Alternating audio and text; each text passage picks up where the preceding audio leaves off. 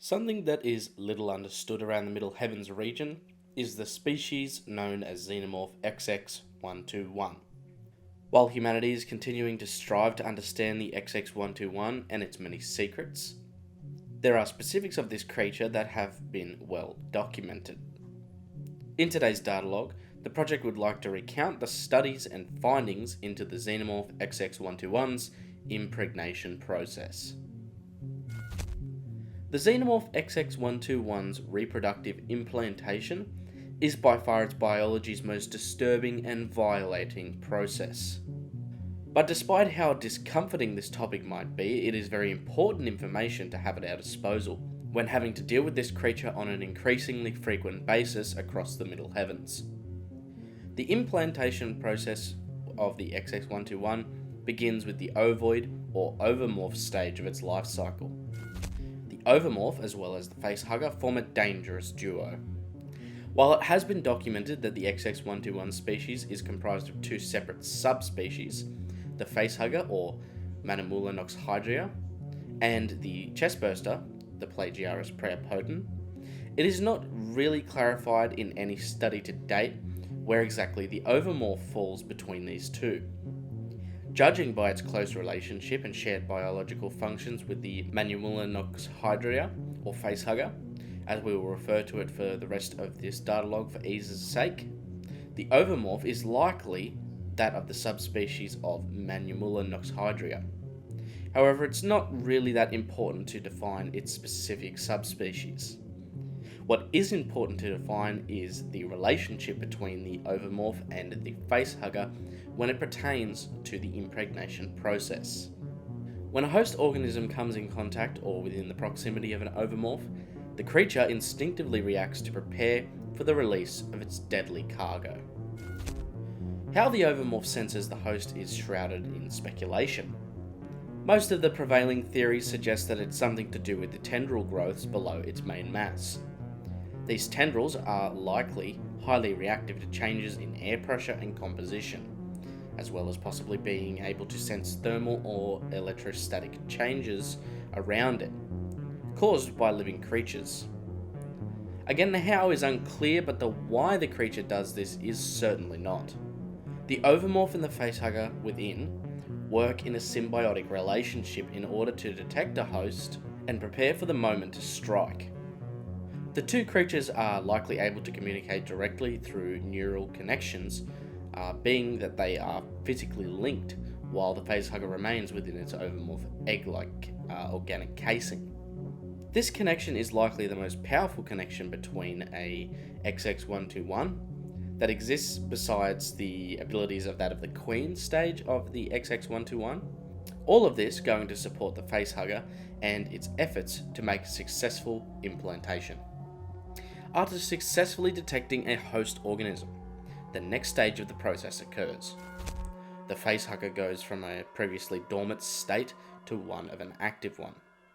It's presumed that upon waking, if you can call it that, the Facehugger will sap most of the usable energy from the Overmorph to bolster itself and its metabolism. After this, the creature will attempt to unwrap itself while inside the egg and self-correct its position to allow it to make one swift and rapid move on its potential host. This yellowish-brown, spider-like Facehugger will generally choose to quickly lunge at its potential host, giving it very little time to react. A Facehugger will act much differently if the host is already subdued, in the case of being injured or pre-cocooned within a hive, or even if the host is a willing participant. In these cases, the Facehugger will move much slower, without the need for urgency or decisiveness. If the creature is successful in attacking the host, it will begin to proceed to quickly wrap itself around the neck of the victim, using its tail around the host's neck to both pull itself closer and begin the process of subduing the still conscious host, possibly, if need be, through strangulation. After this, the creature will grasp the host's head with its numerous digits and proceed to force a long, powerful proboscis down the host's throat. This tube-like appendage acts as the primary depositing method of the Plagiaris praepotent, as well as supplying the host with oxygen from its external air sacs. During this struggle, the facehugger emits an anesthetic that acts to knock the host out cold, placing them into some kind of specialized comatose state. The host at this point is now in the ideal state for implantation, and the facehugger can begin the next stage of the process. The actual implantation and gestation process was a long debated topic amongst scientists of the Middle Heavens. Dr. Mathew of Weyland-Yutani believed that the facehugger deposited an embryonic form of the XX121 into the host, where it would continue to feed off it until it was ready to birth from the host's chest. There has even been speculation of a cancerous growth that is started within the host that eventually becomes the chestburster. However, in more recent and in-depth studies conducted by former Weyland-Yutani scientist Dr. Blue Grace Marcellus, she has been able to surmise that the Manumula noxhydria and the Plagiaris praepotens are in fact a symbiotically linked subspecies, evolved together to complete the entire life cycle of the species Xenomorph XX121. Her findings extend to the facehugger and its ability to cause a Xenomorph XX121 growth within a host. It has been shown that the facehugger after attachment will introduce a bacteria-like mutagen to the body of the host. The first stage of the Plagiaris praepotens, P. praepotens, appeared to be a variant, or at least closely related to, the engineer's chemical accelerant, agent AO-3959X.19-15. After this insemination occurs, the Plagiaris praepotens quickly work to break down and or mutate the host's own cells and genetic material, splicing it with its own to create a hybrid strain. This new DNA encompasses the genetic traits of both the pure Xenomorph XX121 genetics and that of the host organism. This process is known as the DNA reflex, and it is essentially a form of semi-controlled horizontal gene transfer.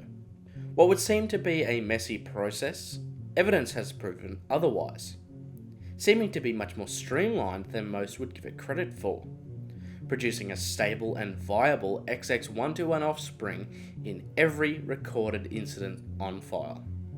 Whatever the specifics are that occur at the genetic level through this process of the DNA reflex, doesn't really matter. They appear to be near perfect, as if engineered to perfection. With the final stage being the creature's growth period, we reach the end of the relevant information regarding the Xenomorph XX121's impregnation process. Following its growth and feeding off the host's genetic materials to sustain itself, the chestburster, the creature, will begin to grow rapidly until it cannot be contained within its host any longer. From this point, the creature will act to violently rip and burst its way out of the host body in a horrific display of biological and evolutionary success.